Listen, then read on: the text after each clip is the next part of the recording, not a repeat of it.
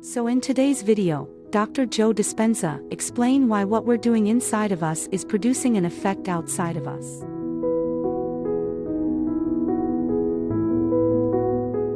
How do I feel a feeling of an experience that I haven't had yet?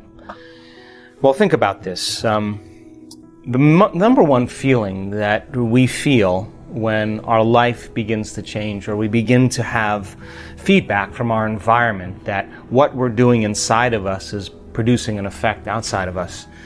The most common emotion that we feel is a love for life, a joy for existence, grateful, a real deep sense of gratitude. Now think about the emotional signature of gratitude. The emotional signature of gratitude means that something has already happened. When you receive something, or when you're given something, or you are in the process of receiving or have received it, you give thanks. So the moment you start feeling this emotion of appreciation and thankfulness, you will automatically say thank you, which means I've just received something. I'm acknowledging that I'm receiving it from you. So most people live their lives waiting for something outside of them to change how they feel inside of them. They're waiting for their new relationship.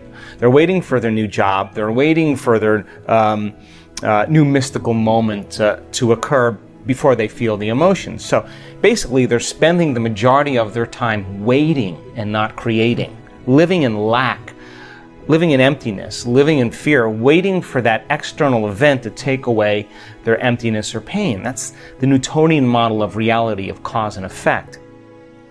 Turns out, though, the moment you're feeling that lack, you tend to try harder and force and control and try to predict or manipulate the outer world, because you're doing everything you can because you're experiencing a separation or polarity from what you want. You're waiting for it to happen and not creating. So then, two things. When you combine a clear intention with an elevated emotion, a heart-centered emotion, not the emotions of survival that are anger and hostility and aggression and competition or hatred or envy or jealousy or insecurity or fear or anxiety or pain or suffering or guilt or shame. Those are derived from the hormones of stress. An elevated emotion is a heart-centered emotion. And a heart-centered emotion lacks polarity. This is the center of oneness. This is the center of wholeness. This is the union of opposites. This is our connection, our bridge to the quantum field. This is where we connect. So think about it. When you begin to feel a heart-centered emotion, what you're doing is you're falling in love with your life. So your body is your unconscious mind. It does not know the difference between an experience that creates an emotion and an emotion that you're creating by thought alone. Your body is believing it's living in that future reality in the present moment. Now think about this. The latest research on genes says the environment signals the gene. Well, the end product of an experience in the environment is called an emotion. So when you begin to embrace the emotion ahead of the actual experience, you're signaling the gene ahead of the environment. And now you're beginning to instruct and select new genes that make new proteins. And proteins are responsible for the structure and function of your body. So you're literally becoming your dream. You're literally becoming it. So when you feel that emotion, you tend to be less interested in looking around outside of you of how it's going to happen. If you're walking around conditioning your body every day to feel that emotion, that you're in love with yourself and you're in love with life and you're worthy to receive and you're open and you're inspired and you're optimistic and you're enthusiastic and you're feeling that emotion, you feel like your future has already happened. So you're less likely to feel lack or separation. Now think about this. Point number 2. Once energy makes it to the center and you feel gratitude, that center begins to produce a measurable magnetic field. That's a frequency, that's energy, and all frequency carries information.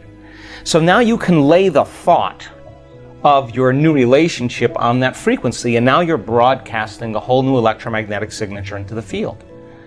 So then the longer you're conscious of that energy, the more you're calling your future to you. When this center is opened up, you're connected to the quantum field. So now you don't have to go anywhere to get it, to try to force it or control it or predict it. In fact, you're the magnet.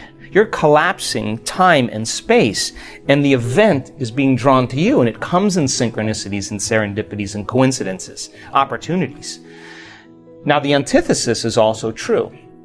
The moment you feel angry because you're in traffic, the moment you judge your coworker because all of a sudden they push an emotional button, the moment you feel sorry for yourself, victimized or self-pity, you're now emitting a different energy. In fact, you're back to the energy of your past, and you just disconnected from your future.